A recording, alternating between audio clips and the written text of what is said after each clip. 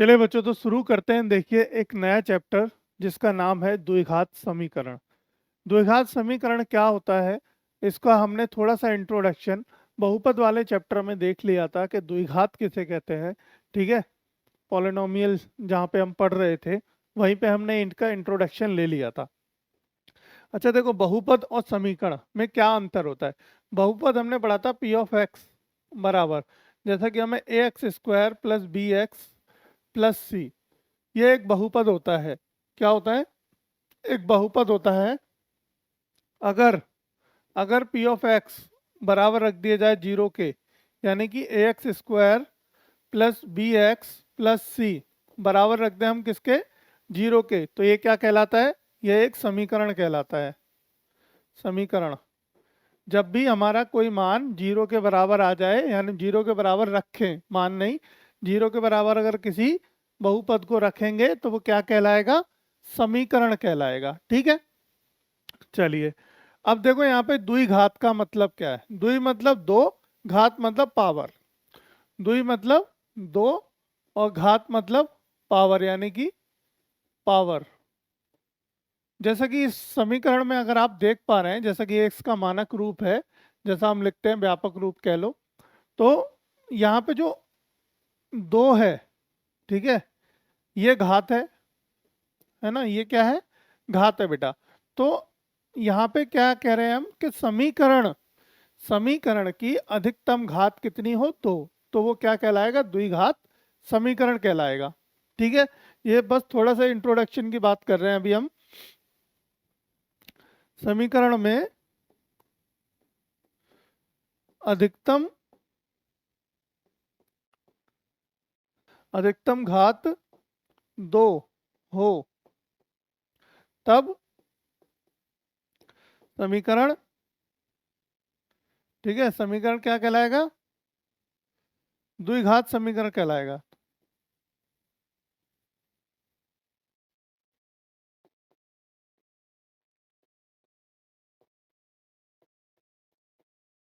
ठीक है, जब समीकरण में अधिकतम घात कितनी हो बेटा? दो हो, तो हमारा समीकरण कैसा होगा? द्विघात समीकरण होगा। ठीक है, अच्छा अब यहाँ पे ना एक कंडीशन और है, ऐसा और कह सकते हैं कि देखो यहाँ पे कभी भी जो a है, a का मान जीरो के बराबर नहीं होना चाहिए। कहने का मतलब तात्पर्य समझ में आ रहा है कि a का मान जीरो के बराबर नहीं होना चाहिए। अगर a का मान जीरो के बराबर हो गया, जैसे कि यहाँ पे zero into x square plus b x plus c बराबर जीरो, तो ये टर्म क्या हो जाएगी? ये टर्म हो जाएगी हमारी जीरो। तो क्या बच जाएगा? बी एक्स प्लस सी, और जो कि एक द्विघात समीकरण नहीं रह जाएगा। तो कहने का तात्पर्य है कि ए का मान, यानी जो हमारा ए है, ए मतलब गुणांक है। यहाँ पे गुणांक क्या है? A B. ए और बी क्या है? गुणांक है। किसका? हमारे चर का। इन दोनों चर, एक्स जो है हमारा चर है, इस चर का गुणांक है, यानी एक्स का गुणांक बी है और एक्स स्क्वायर का गुणांक ए है। ये हमने बता दिया था, बहुपद में सिखाया था आपको, है ना। तो यहाँ पे a is not equal to zero, यानी ए कभी भी जीरो के बराबर नहीं होना चाहिए, तभी हमारा समीकरण द्विघात समीकरण होगा। ठीक है, अब यहाँ पे देखो कई तरह के प्रश्न पूछे जाएंगे, जैसे कि मान लीजिए एक्स क्यूब प्लस या a x cube plus b x square plus c x plus d बराबर जीरो। तो ये भी एक समीकरण है, लेकिन ये कैसा समीकरण है? ये त्रिघात समीकरण है। यानी इसकी कितनी घात है बेटा? तीन घात है।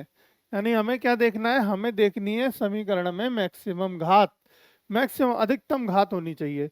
अब एक तो एग्जाम्पल हो गया हमारा, जैसे कि मान लेते हैं हम x square plus four x plus c, या फोर एक्स प्लस फाइव बराबर जीरो। एक एक एग्जाम्पल हो गया। दूसरा एग्जाम्पल ऐसे लिख सकते हैं, एक्स स्क्वायर माइनस वन बराबर जीरो।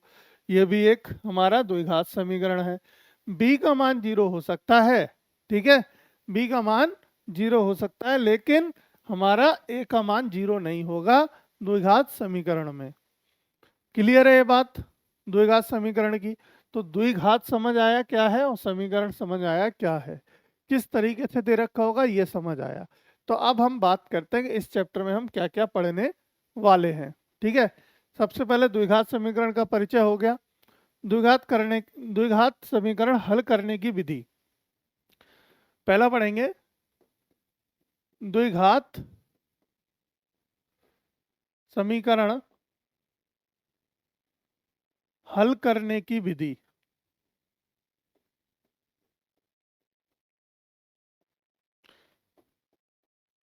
अब देखो इसमें यहाँ पे हम दो विधि सीखेंगे। कौन सी? दो विधि सीखेंगे, जिसमें से पहली विधि होगी हमारी क्या? पहली विधि होगी हमारी गुणनखंड विधि। कौन सी? गुणनखंड विधि। दूसरी होगी बेटा हमारी यहाँ पे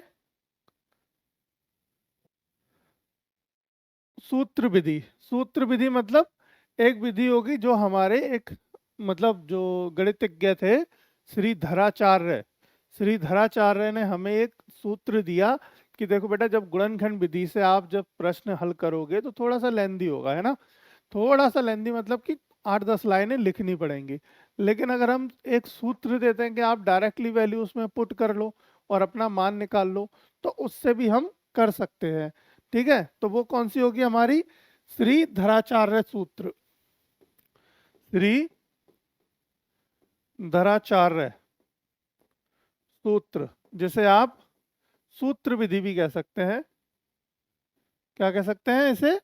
सूत्र विधि भी कह सकते हैं, या द्विघात सूत्र, द्विघाती सूत्र भी कहेंगे। क्या कहेंगे? या फिर द्विघाती सूत्र, या फिर सूत्र विधि।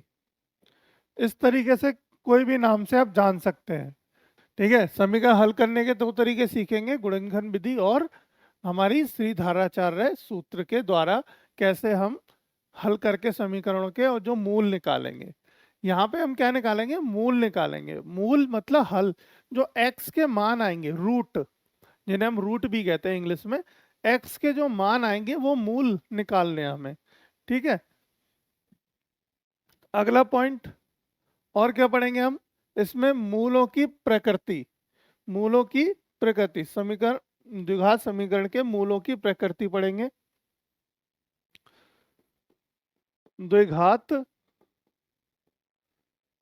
समीकरण के मूलों की प्रकृति। प्रकृति मतलब कि कैसे होंगे मूल, मतलब वास्तविक होंगे या अवास्तविक होंगे। ठीक है, इस तरीके से, या हमारे मूल दोनों सेम आएंगे या अलग अलग आएंगे, ये हमें, या काल्पनिक होंगे। तो इस तरीके से हमें मूलों की प्रकृति, यानी कि हमें देखना है मूल निकाल के मूल कैसे निकल के आ रहे हैं, पॉजिटिव ये है, नेगेटिव है, इस तरीके से। तो ये जो नियम होगा ना हमारा, ये श्री धराचार्य नियम के द्वारा ही हम देख चेक करेंगे, इस सूत्र के द्वारा चेक करेंगे। इसमें 3 कंडीशन बनेंगी। जब हम श्री धराचार्य नियम पढ़ेंगे तब हम ये बताएंगे, है ना। पहले अभी हम बता देते हैं कि इस चैप्टर में हम क्या क्या कवर करने वाले हैं। तो द्विघात समीकरण के मूलों की प्रकृति पढ़ेंगे। ठीक है, और उसके बाद पढ़ेंगे द्विघात समीकरण के मूलों का योगफल और गुणनफल। द्विघात समीकरण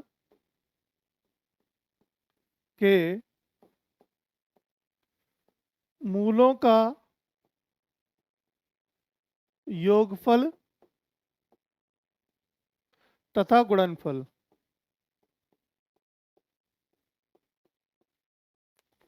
जैसे वहां करते थे ना, सिमिलरली, जैसा हमने बहुपद में पढ़ा था कि जीरोस के जो हमारे वहां पे क्या करते थे, हम जीरोस निकालते थे, है ना, शून्यांक। तो शून्यांक और गुणांकों के बीच में जो संबंध था, सिमिलरली यहाँ पे भी हमारे मूलों के जो मूल आएंगे, मूलों के गुणनफल तथा योगफल जब आप निकालेंगे तो कैसे निकालेंगे? मूलों के गुणनफल तथा योगफल निकालने के लिए मूलों का योगफल लिखेंगे, फॉर्मूला, है ना। क्या लिखेंगे? मूलों का योगफल, मूलों का योगफल बराबर क्या होता है? हमारा x का गुणांक एक्स का गुणांक अपॉन एक्स स्क्वायर का गुणांक। ठीक है, एक्स का गुणांक अपॉन एक्स स्क्वायर का गुणांक, ये होगा हमारे मूलों का योगफल। ठीक, अब मूलों का गुणनफल, मूलों का गुणनफल क्या होगा? अचर पद, अचर पद अपॉन एक्स स्क्वायर का गुणांक। अचर पद और एक्स स्क्वायर का गुणांक। ठीक है, ये सब हम इस चैप्टर में पढ़ने वाले हैं। ठीक है, यही सारी चीजें हम इस चैप्टर में पढ़ने वाले हैं। तो इन सब चीजों को नोट डाउन कर लो कि हम क्या क्या पढ़ेंगे इसमें। ठीक है, अब यहाँ पे अगर हम बात करें कि ये एक्स स्क्वायर का गुणांक और एक्स का गुणांक क्या होता है, तो देखो हमारा एक व्यापक समीकरण होता है a x square plus b x plus c बराबर 0। ये क्या है? मानक रूप है, यानी कि व्यापक रूप कह लो, मानक रूप कह लो। तो यहाँ पे जो ए है, ये क्या है बेटा? ये जो ए है वो क्या है? एक्स स्क्वायर का गुणांक। ठीक है, यहाँ जो बी है ये क्या है? बी, बी है हमारा एक्स का गुणांक। एक्स का गुणांक है ना, एक्स स्क्वायर का गुणांक ए है, एक्स का गुणांक बी है, और सी क्या है यहाँ पे? यहाँ पे हमारा वही अचर पद। तो मतलब जब हम मूलों के गुणनफल या योगफल निकालेंगे, जब मूलों का गुणनफल या फिर योगफल निकालेंगे तो कैसे निकालेंगे? इस इक्वेशन से, इस मानक रूप से, यानी जो हमारा मानक रूप का जो समीकरण होता है उससे कंपेयर करेंगे। कंपेयर करके ए बी और सी के मान निकालेंगे और उससे हम क्या कर देंगे? यहाँ पे वैल्यू रख देंगे, तो हमारे मूलों का गुणनफल निकल आएगा, हमारे मूलों का योगफल निकल आएगा। क्लियर? ये आता है एग्जाम में, पूछा जाता है 1 नंबर में और 2 नंबर में भी। ठीक है, अच्छा एक चीज और है, जैसा कि हमने वहां भी पढ़ा था बहुपद में, कि अगर हमें मूल दे रखे हों, ठीक है, या मूलों का योगफल और गुणनफल दिया हो, तो हम क्या कर सकते हैं? समीकरण बना सकते हैं। तो उस केस में क्या कर सकते हैं? समीकरण बना सकते हैं। तो इसके लिए कंडीशन लिख लो, जब मूलों का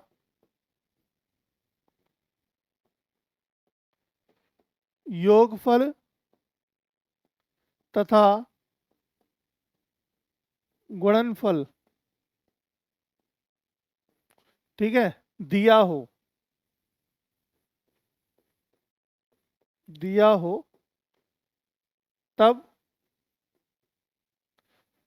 समीकरण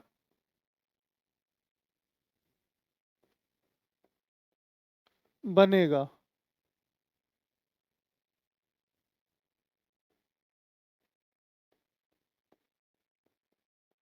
ठीक है, जब मूलों का योगफल तथा गुणनफल हो दे रखे हो तो तब समीकरण क्या बनेगा? देखो, अगर यहाँ पे और एक चीज और लिख लो, यहाँ पर क्या, कि ये बराबर किसके होगा? मतलब बराबर आएगा हमारा एक्स स्क्वायर का गुणांक क्या होगा यहाँ पे?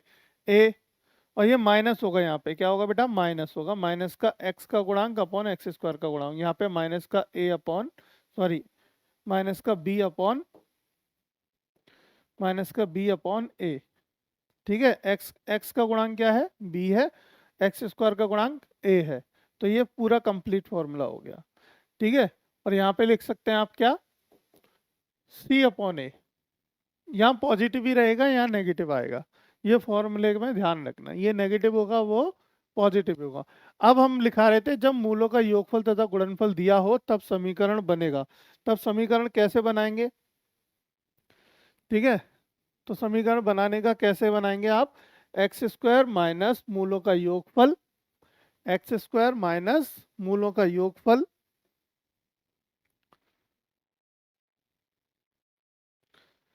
जब मूल दिए हों, ऐसे लिख सकते हैं, जब मूल दिए हों तो हम कैसे बनाएंगे?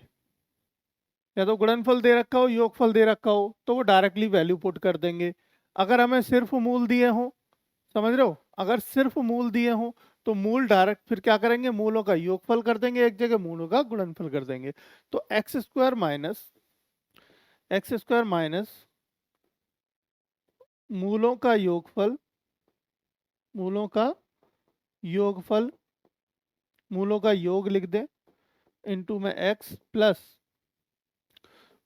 मूलों का गुणनफल।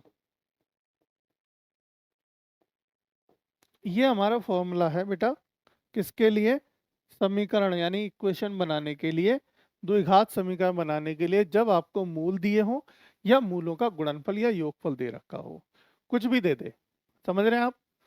मूलों का योगफल देंगे तो डायरेक्टली वैल्यू पुट कर देंगे, अगर मूल दिए होंगे तो दोनों मूलों को जोड़ देंगे, अगर मूलों का योगफल दे रखा गुणनफल दे रखा होगा तो डायरेक्टली वैल्यू पुट कर देंगे, अगर मूल दे रखे होंगे तो मूलों का गुणा कर देंगे आपस में।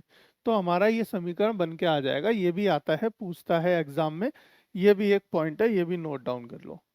ठीक है, चलिए अब शुरू करते हैं हम चैप्टर बिना देरी करे। ये आप बातें सारी नोट डाउन कर लो, ध्यान में रख लो, ठीक है, कि क्या क्या हम पढ़ने वाले हैं इस चैप्टर के अंदर।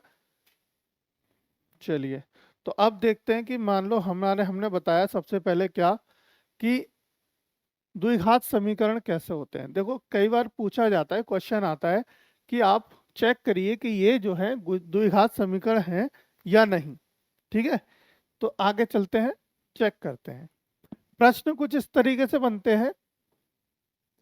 एग्जाम्पल देखो, हम प्रश्न ले लेते हैं अभी शुरू में। चेक करना है हमें कि ये द्विघात समीकरण है या नहीं। तो एक्स स्क्वायर, सॉरी,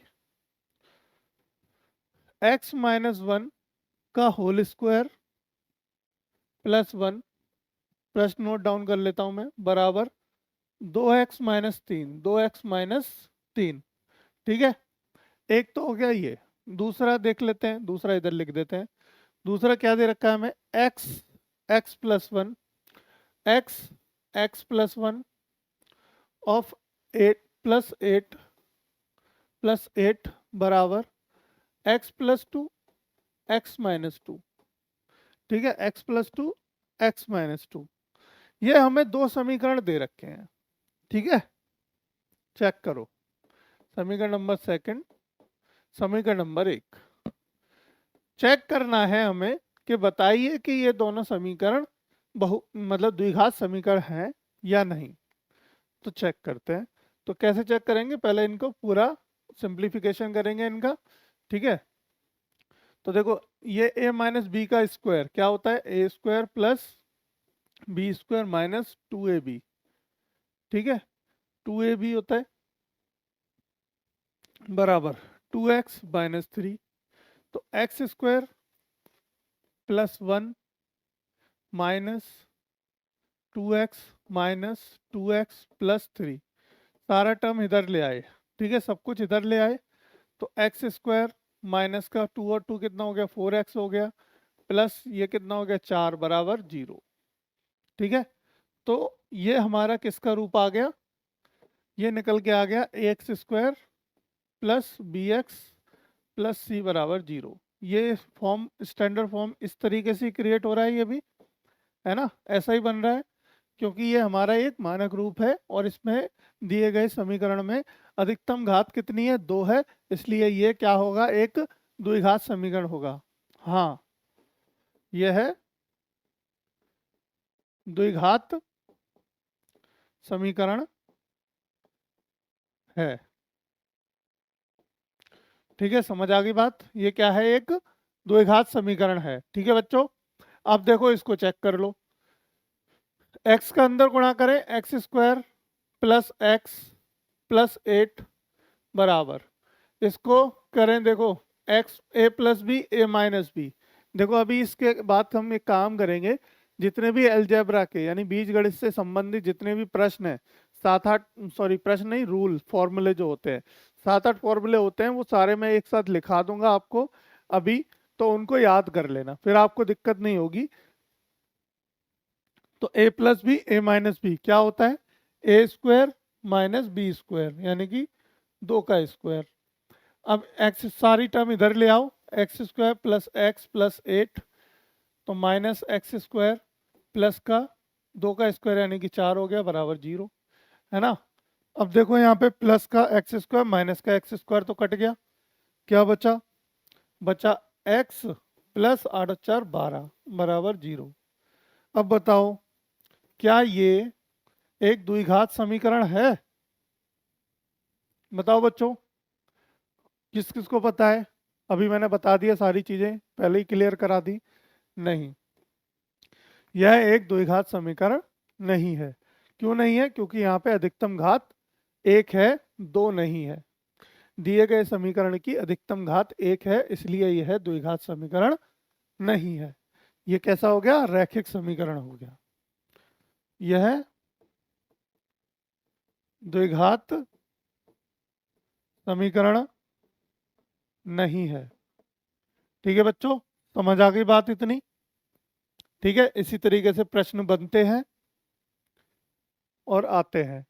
ठीक, चलिए अब हम आगे बढ़ते हैं, यानी कि आगे समझते हैं। देखो, मैंने अभी आपको समझाया था एक धराचार्य नियम। ठीक है, धराचार्य का एक गुणनखंड विधि देखो आपने पहले भी पढ़ी है ना। गुणनखंड विधि से कैसे हम समीकरण को हल करते हैं और कैसे उसके मूल निकालते हैं, है ना। किस प्रकार हम मूल निकालते हैं, कैसे समीकरण को हल करते हैं गुणनखंड विधि से, वो हमें पता है। लेकिन फिर भी हम जब क्वेश्चन करेंगे तो उसको भी सीख लेंगे और दोबारा से पढ़ लेंगे।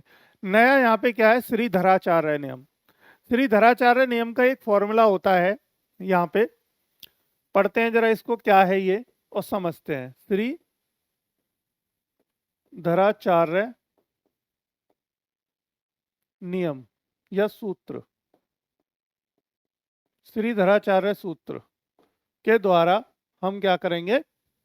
अपने x के यानी मूल ज्ञात करेंगे। तो ये फॉर्मूला होता है, देखो बेटा, x बराबर माइनस का b plus minus under root में B square minus 4ac upon 2a। ठीक है, फॉर्मूला याद कर लो, फॉर्मूला याद कर लो, बहुत काम आने वाला है। ठीक है, बहुत ज़्यादा काम आने वाला है ये फॉर्मूला, और बहुत सारे क्वेश्चन करेंगे हम इसी से।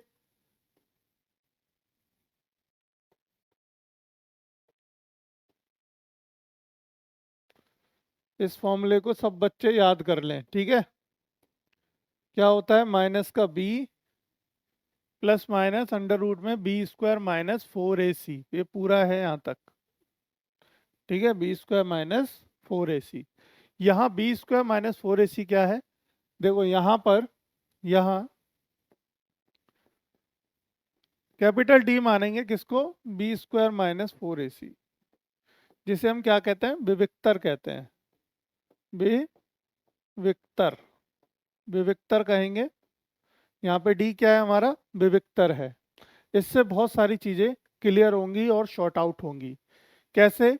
देखो, अंडर रूट में कोई बच्चा बता सकता है कि ये अंडर रूट -1 और माइनस अंडर रूट 1, क्या ये दोनों एक ही बराबर बातें हैं? सेम बातें? हाँ, नहीं, ये बिल्कुल भी सेम बात नहीं है। यहाँ पे जो इसका मान जो निकलेगा वो वास्तविक यानी कि वास्तविक संख्या नहीं होगी। कैसी होगी? इमेजिनरी होगी। ठीक है, और यहाँ पे ये इसका मान क्या होगा? ये -1 होगा, और ये -1 नहीं होगा। यहाँ पे ये गलत है, इसकी वास्तविक संख्या नहीं होगी। तो देखो, कहने का मतलब तात्पर्य क्या है? जब आप किसी समीकरण को कंपेयर करेंगे, यानी कि जब हम कंपेयर करेंगे किसी समीकरण को ax square plus b x minus c से प्लस सी से बराबर 0, इससे जब आप किसी की तुलना करेंगे, ठीक है, तो आपके पास ए बी सी के मान निकल आएंगे। ठीक, किसके? ए बी सी के मान निकल आएंगे, और वो ए बी सी के मान आप यहाँ पे रख देंगे। तो कई बार क्या होगा कि अंडर रूट में माइनस की सिचुएशन बनेगी। ये फॉर्मूला तभी लागू होगा जब, ये फॉर्मूला सिर्फ और सिर्फ तभी लागू होगा जब बी स्क्वायर माइनस 4ac का मान बराबर या बराबर होगा 0 के, मतलब बराबर या बड़ा होगा 0 के। या तो बी स्क्वायर माइनस फोर इसी का मान, यानी कि हमें आपका डी, इसको डी क्या होना चाहिए, बड़ा या फिर बराबर जीरो के, तभी यह फॉर्मूला लागू होगा, अन्यथा नहीं होगा। ठीक है, तभी लागू होगा, अन्यथा नहीं होगा। क्लियर? तो ऐसी क्या है, यहाँ पे तीन सिचुएशन बनेगी बेटा। जब आपका बी स्क्वायर माइनस फोर ए का मान क्या होगा, या तो बड़ा होगा जीरो से, ठीक है तब, या फिर छोटा होगा जीरो से तब, और या फिर बराबर होगा जीरो से तब। ठीक है,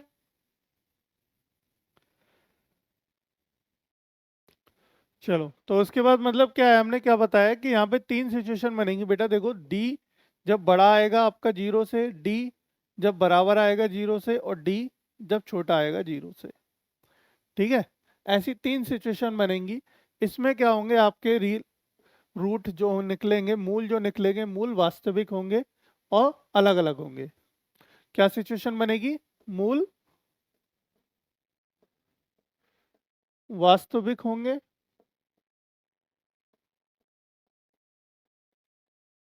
व अलग अलग होंगे।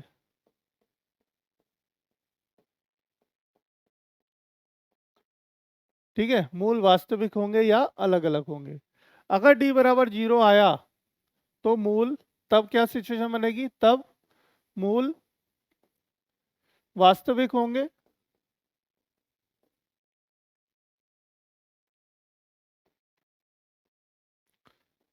वास्तविक होंगे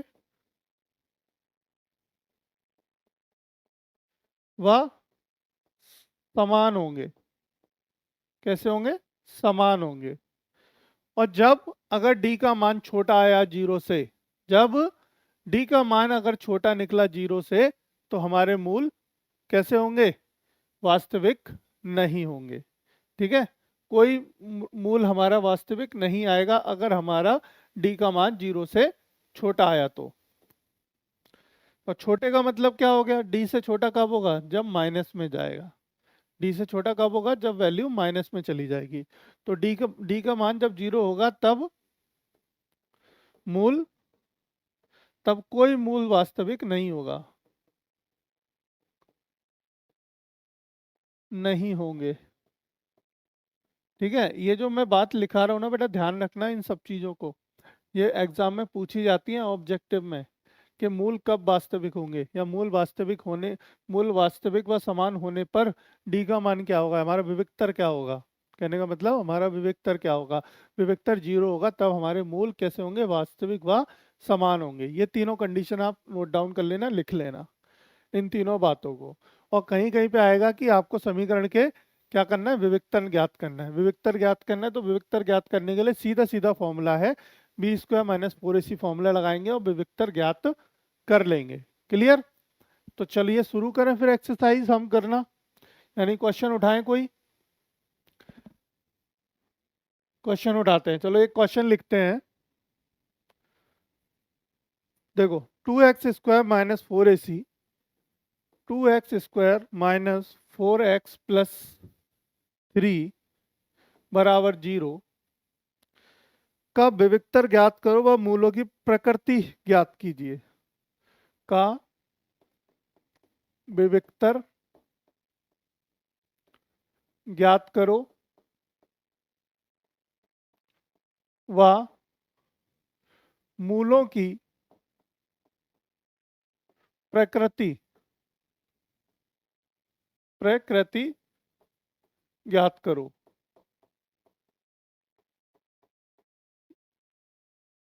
इस दिए गए द्विघात समीकरण का विविक्तर ज्ञात करो तथा मूलों की प्रकृति ज्ञात करो। मूलों की प्रकृति मतलब मूल किस प्रकार के होंगे, वास्तविक होंगे, ठीक है, या वास्तविक नहीं होंगे, या समान होंगे, कैसे होंगे वो ज्ञात करना है। तो ये हमें विविक्तर से ही पता लग जाएगा जब विविक्तर का मान निकालेंगे। ठीक है, तो समीकरण क्या है बेटा, two x square minus four x plus three बराबर जीरो। ठीक है, इस समीकरण को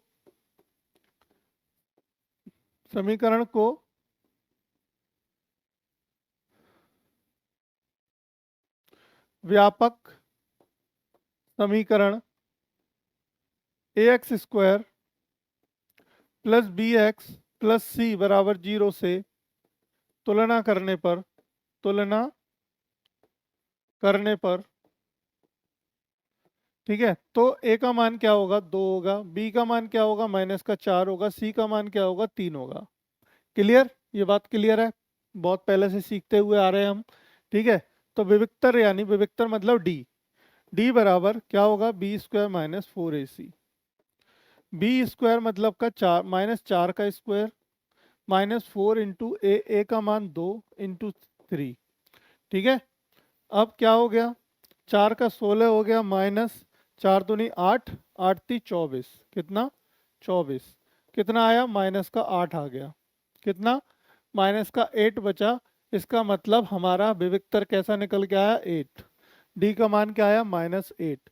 जब -8 है इसलिए क्योंकि यहाँ पे विविक्तर ऋणात्मक है, इसलिए हमारे की मूलों की प्रवृत्ति कैसी होगी, मूलों की प्रकृति वास्तविक नहीं होगी, कोई मूल वास्तविक नहीं होगा। ये हमारा आंसर हो गया। ठीक है, कहने का मतलब कोई मूल वास्तविक नहीं होगा।